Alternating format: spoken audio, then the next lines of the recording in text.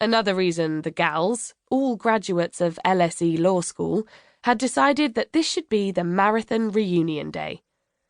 Combining occasions was something they often did. Being so busy with their careers, it was the only way to make sure nothing got overlooked.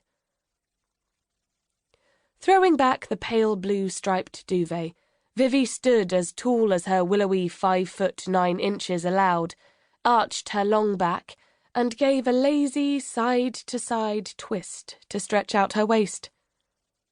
Since ending the intense pre-marathon training, her body had softened slightly, making it, according to Greg, more feminine and curvy, and way sexier.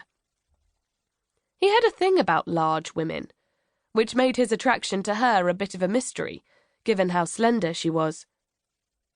However, they'd been seeing one another for several months, non-exclusively, so their friends weren't living in daily expectation of some significant news. A baby, a wedding, or perhaps something as simple as moving in together. Despite their casual relationship, Vivi had to admit that he was a bit of a dreamboat in his way, sporty, witty, fiercely intelligent, and very well connected in the financial world, thanks to his gentrified family and their historic ties to the city. When he spoke, it was immediately evident that he came from privileged pastures.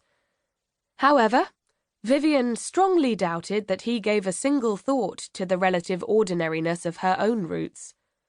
He wasn't a snob, or not that she'd ever noticed.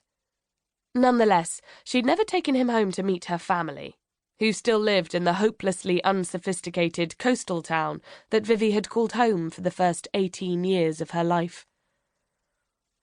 She'd moved on since uni, had redefined her focus, and was part of another world that could hardly be more different from the simplicity of her early years.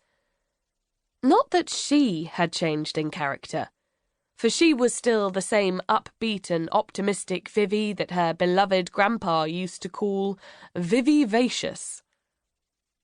This nickname came from her love of life and people, especially him and Nana Bella, which was what she used to call her grandma, on account of her name being Bella. Vivi also adored her younger brother, 19-year-old Mark, and there was no doubt that she loved her mother with all her heart, and knew that her mother felt the same about her. However, their relationship was the most complicated and frustrating part of Vivienne's world, which was why she didn't often go home. She'd spent too many years trying to unlock the closed doors in her mother's heart and unravel the secrets Gina had never shared. And now all Vivienne wanted was to avoid the confusing and conflicting emotions she always came away with after spending time with her mother.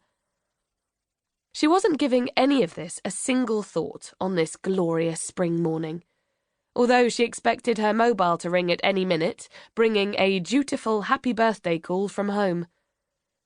The postman would almost certainly deliver a card from her mother later, and a text would no doubt pop up at some point during the day saying something like, "Hope you're having a fabulous day, but please don't have too much to drink." There wouldn't be a present, because her mother had stopped buying them a few years ago, saying, "I always get it wrong, so there doesn't seem any point in wasting my money. If you want something, just ask." That was Gina all over. In spite of being a glamorous and successful 46-year-old businesswoman with a good sense of humour and plenty of friends, she could be prosaically practical about things that called for frivolity or indulgence. Although, Vivi reminded herself, their surprise trip to Venice a few years ago had proved her mother could be both imaginative and impulsive when she wanted to be. However, it was true to say that Gina was usually awkward with celebrations. And as for showy declarations of feeling, well, that wasn't her at all. Actually, she was nothing, if not a maddening set of contradictions, because she could be a lot of fun when she wanted to be, and when it came to throwing a party, she didn't do things by half. Things had changed, however.